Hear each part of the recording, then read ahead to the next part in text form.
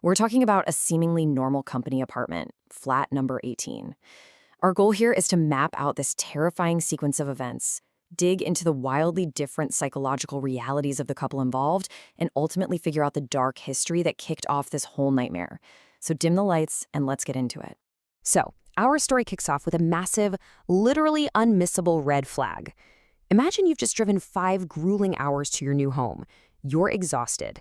But the second the building guard sees the pregnant wife, his entire vibe shifts. He physically backs away, terrified, and drops this bombshell. Take Madam to a hotel, do not stay in this flat. He even points them to a hotel 2 kilometers down the road. I mean, that kind of visceral, instant reaction from a local, that's our very first clue that something is profoundly wrong with Flat 18. Part 1. The mishap in the new house. Let's quickly establish who we're following. We've got Juhi, who is 7 months pregnant and totally drained, and her husband, Ronak, who's this highly logical civil engineer. They're moving into their newly allotted company home, completely unaware they're walking straight into a nightmare. Okay, let's take a look at this timeline. What's so wild about this source material is the sheer, relentless speed of it all. We're not talking about months of creepy creaks and groans. This entire ordeal goes down in just 48 hours. Day 1, they arrive. Night 1, physical contact. Day 2, a literal fatality. And by night 2, absolute worst-case scenario. Definitely keep this timeline in the back of your mind as we go, because the pacing here is just brutal. Part 2, the terrifying first night.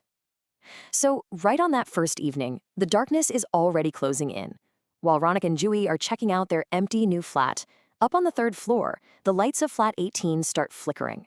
But much worse, as they walk from room to room, there's a dark, unseen shadow quietly trailing right behind them. And get this, it's clutching a doll. They can't see it, but it's watching, and it's smiling. Things get physical, and they get physical fast. At exactly 1:30 in the morning, Juhi jolts awake. She feels something incredibly wrong. A hand is stroking her pregnant stomach. She grabs it to pull it away, only to realize that is definitely not Ronak's hand. It's incredibly rough, and it is burning hot. Like, so hot that Juhi actually screams out in pain because it's literally burning her skin. It's a terrifying sensory detail that shifts this from a spooky feeling to a full-on physical assault. And now we hit this really fascinating psychological split. You have 2 totally different realities happening in the exact same bed. Juhi is in pure terror. She felt the burn. She knows something supernatural is targeting her baby. But Ronak, he looks at her hand, sees perfectly normal skin, and just defaults to his logical engineer brain. He writes it off as travel fatigue and the stress of a new place. And you know what that does? It completely isolates Juhi, making her an incredibly vulnerable target. Moving into part 3, the maid's mysterious death. The very next day, they bring in a new maid. But the absolute second she realizes Juhi's pregnant, she refuses to work and frantically warns her to get out. Sadly, before she can even finish her sentence, whatever is in that flat makes its move. There's this huge crash of utensils from the kitchen. The maid runs over to check, and she's met with just a terrifying visual. A black cat with glowing red eyes, staring at her with pure malice. This is clearly not just a stray wandering in. It is the entity itself. The maid is so terrified she literally runs for her life, bolting out of the apartment and straight into the elevator. But the elevator isn't safe. Inside that tiny, confined space, the entity strikes, and it is brutally fast. First, the black cat materializes and shifts into this massive, dark shadow. Then it lets out a cry so deafening, it's basically a physical weapon. The physical trauma is immediate. The maid starts bleeding from her ears, nose, and mouth, and she tragically dies right there in the elevator. So yeah, we've gone from a creepy warning to outright murder. Which brings us to part 4, the shadow and the lullaby. It's the evening of the second day. Ronak gets home, finds Juhi absolutely traumatized by the maid's bizarre death, and tries to calm her down with some takeout on the balcony.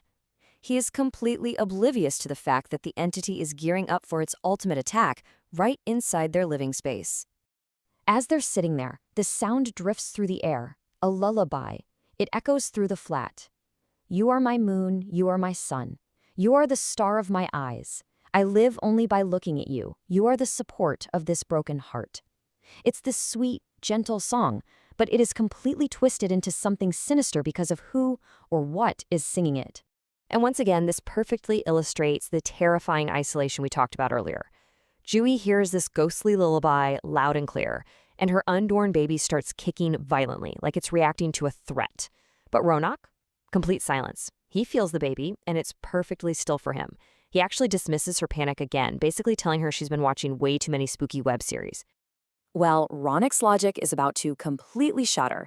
He guides Juhi back to the bedroom. And suddenly, he sees it. For the very first time, he sees the dark shadow sitting right on their bed, singing that lullaby to a doll.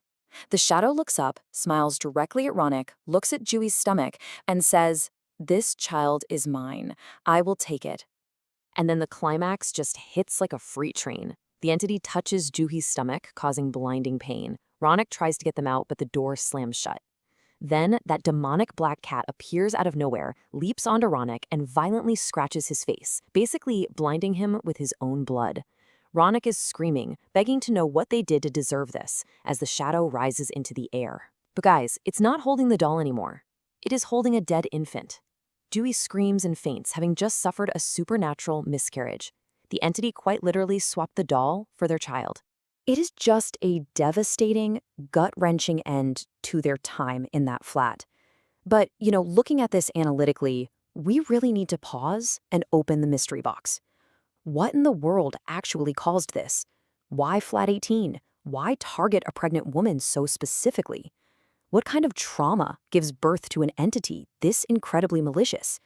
Let's figure it out. Part 5, unveiling the terrifying truth. Fast forward to the hospital the next day. Juhi is recovering, and Ronak is desperately demanding answers. Finally, the guilt-ridden building guard, the same guy who tried to warn them on day 1, steps up and reveals the incredibly dark history of Flat 18. The root of all this horror is actually a massive tragedy involving the previous tenants. Check this out.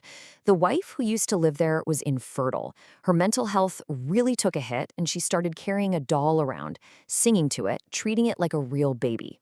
Desperate for a biological child, the couple hired a surrogate. But the surrogate had ulterior motives. She ended up blackmailing the husband, threatening to keep the baby unless he married her and got rid of his wife. And the husband? Blinded by his desperation for a child, he did the unthinkable. He locked his wife and her beloved doll inside Flat 18 and burned them alive, staging the whole thing as a short circuit.